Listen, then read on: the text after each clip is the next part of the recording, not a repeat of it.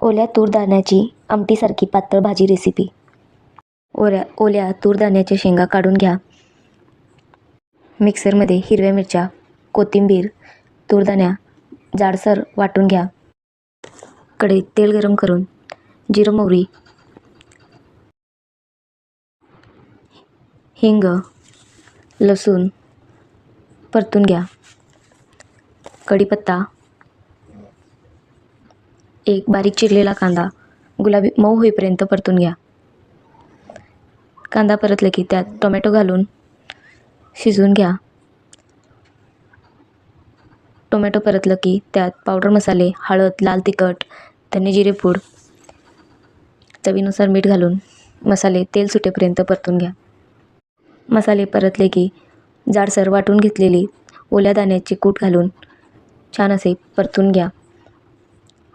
चांगलं परतलं की त्यात आमटीसाठी पुरेसे पाणी घालून उकळी काढून घ्या. 5 ते 7 मिनटं छान शिजवून घ्या.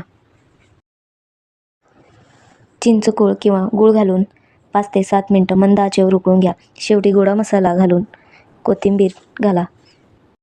ही आमटी भात, भाकरी किंवा पोळीसोबत खूप छान लागते.